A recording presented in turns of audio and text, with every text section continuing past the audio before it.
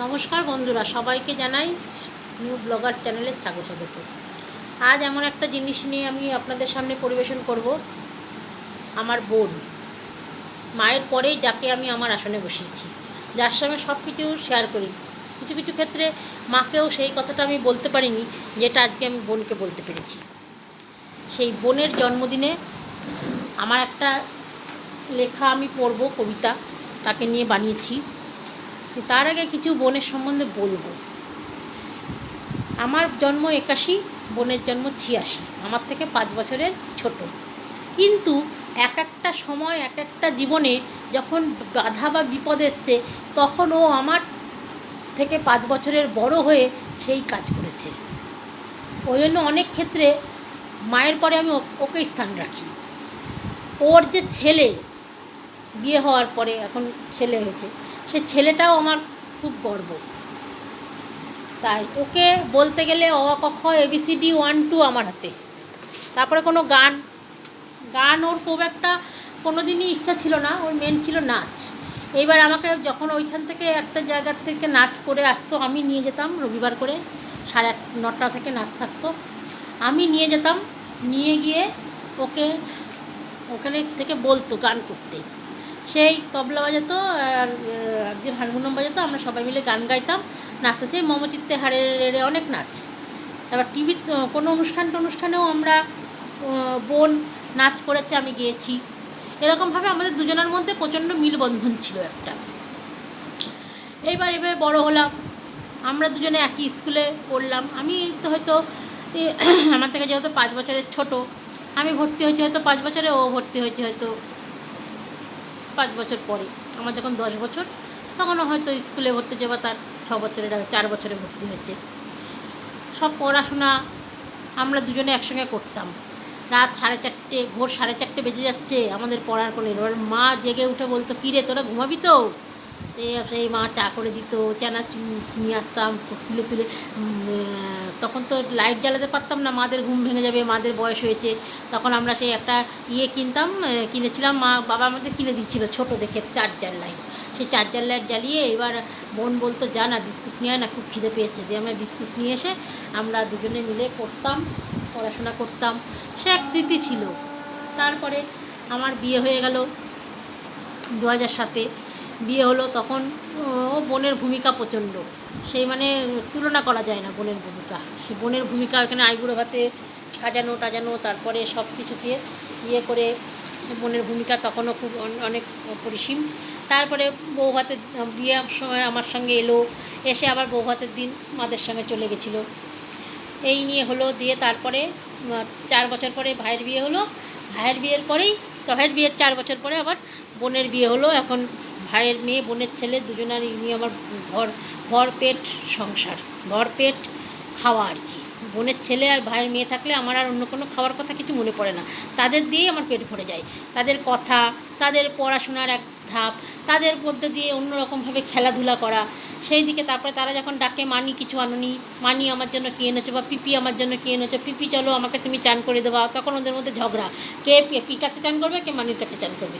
এই নিয়ে দুজনে নিয়ে বাথরুমে নিয়ে গেলাম, নিয়ে গিয়ে সেই চান করানো। মানে ওই সময়টা বোন আমাকে পুরো দায়িত্ব দিয়ে দেয়।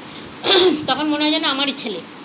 বলে, এই নে, আমি আর পাচ্ছি না, তুই এবার দায়িত্ব নে, যা মানির কাছে চান কর, মানির কাছে খা।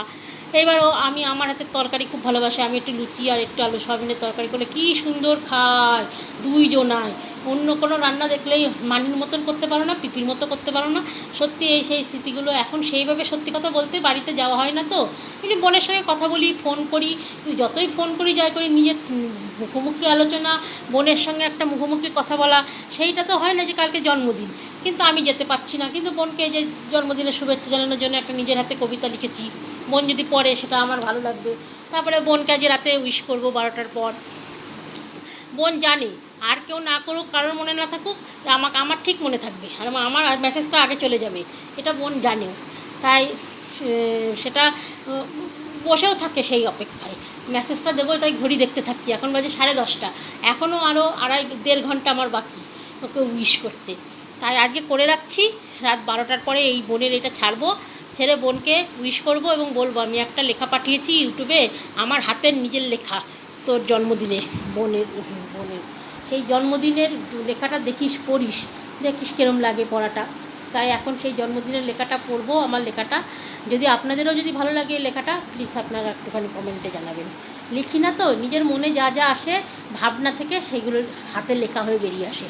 তা আমি চাই না যে আমার লেখা কোনো জায়গায় ভাইরাল হয়ে সেইভাবেই বেরোক, সেরকম অত শিল্পীও না, লেখিকাও না। মনের যা আসে সেই মনের জিনিসগুলোই, যা মনে আমরা জীবনভাবে স্মৃতিভাবে বড় হয়েছি, আমরা দুই বোন, সেই স্মৃতিভাবেই মায়ের দুধ খেয়ে মায়ের যা যা লেখা সেই জিনিসগুলো দিয়েই আমি নিজের মতন করে লিখেছি। বোনের জন্মদিন, কলমে শান্তনু আচার্য। 1947 সালে 9 জুলাই, ইংরাজি আর বাংলা 24শে আষাঢ়। জন্মদিনের দিনটি ছিল লক্ষ্মীবার, অর্থাৎ বৃহস্পতিবার। তারপর থেকে তুই দেখলি পৃথিবীর আলো আর মায়ের হাসি ভরা বুক। একে একে দিন পার হলি, আর আমার আর বাবার পেলি প্রাণ ভরা সুখ। বাড়ির সবার ছোট, তাই তোর প্রতি সবার একটু আলাদা ভরসা। এই কথাটা মনে রাখিস, তোর প্রতি এটা আছে আমাদের চরম প্রত্যাশা। একে একে বাধা পেরিয়ে করলি MA পাস, চাকরি করে মনের ইচ্ছা পূরণ করে গেলি শ্বশুরবাস। তারপর 1 বছরের মধ্যে তোর কোলে এলো ফুলের মতো নিষ্পাপ ছেলে। তার মধ্যে তুই সব সুখ, আশা, বাসনা, প্রত্যাশা দিলি ঢেলে। ওকে মানুষ করার প্রতিজ্ঞা তুই করে যা, আনন্দে ও হাসিতে ও মনে। আমরা সবাই তোর পাশে আছি এই শুভ দিনে, শুভক্ষণে। জীবনটা এখন অনেক পথ চলা বাকি, তাই হবি না নিরাশ ও দুর্বল। আমাকে পারতেই হবে, এই জোরে তুই ভালো দিনের পথে এগিয়ে চল। তুই ভালো থাক, সুস্থ থাক, স্বামী শাশুড়ি ও সন্তান নিয়ে। আমার তরফ থেকে আশীর্বাদ, প্রীতি, শুভেচ্ছা খামে করে দিলাম পাঠিয়ে। ঠাকুরের কাছে প্রার্থনা করি তুই সুখে কর সংসার। দূর থেকে পাঠিয়ে দিলাম এই ছোট্ট উপহার। আমাদের এই দুই বোনে থেকে কেউ কোনো দিন হব না বঞ্চিত, তাই এই মিলবন্ধন বুকে ভরে রাখলাম সঞ্চিত। এই লেখাটা কেমন লাগলো পড়ে জানাস। থাকলাম শোনার অপেক্ষায়। এই দিনটা ভালো কাটুক, সারা জীবন হাসি খুশিতে ভরে থাক তোর জীবন। এই নিয়ে একটু ক্ষুদ্র প্রচেষ্টা পাঠিয়ে দিলাম তোর দিদি। শুভ জন্মদিনের অনেক ভালোবাসা, প্রীতি, শুভেচ্ছা রইল। এই শুভ দিন বছর বছর আসুক ফিরে ফিরে, আনন্দ আর উচ্ছ্বাসে সব মাতুক তোরে ঘিরে। এই শুভ দিন। দু একটা মহান বইয়ের দুটো কলি গিয়ে শেষ করলাম, আর একটা ছোট্ট লেখা বলে আজকে আমার জিনিসটা শেষ করব। জন্মদিন আসে বারে বারে, মনে করা বারে, জীবন নিত্যই নূতন, প্রতিপাতে আলোকিত পুলকিত দিনের মতন। একটা ভালো দিন হোক, ভালোভাবে দিনটা কাটা, এই দিনটা কাটুক তোর, এই কামনা করে শেষ করলাম। ধন্যবাদ।